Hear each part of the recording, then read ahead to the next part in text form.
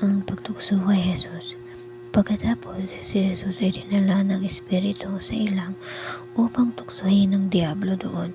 40 araw at 40 gabing nag-ayuno si Jesus at siya'y nagutom.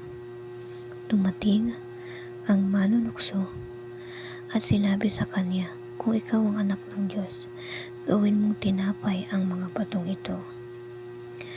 Ngunit sumagot si Jesus, "Nasusulat, hindi lamang sa tinapay nabubuhay ang tao, kundi sa bawat salitang namumutawi sa bibig ng Diyos."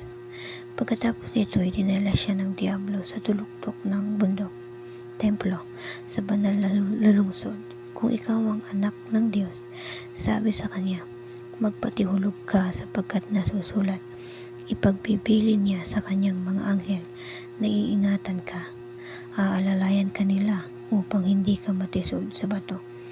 Sumagot si Jesus, "Nasusulat din naman, huwag mong subukin ang Panginoon mong Diyos." Pagkatapos, dinala siya ng Diablo sa isang napakataas na bundok. Mula roon ipinatanaw sa kanya ang lahat ng kaharian ng sanlibutan at ang kayamanan ng mga ito.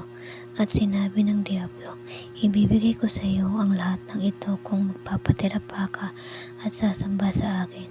Sumagot si Jesus, "Lumayas ka, Satanas, sapagkat nasusulat, ang iyong Diyos at Panginoon ang sasambahin mo. Siya lamang ang iyong paglilingkuran." At iniwan siya ng Diablo. Dumating ang mga anghel at pinaglingkuran siya.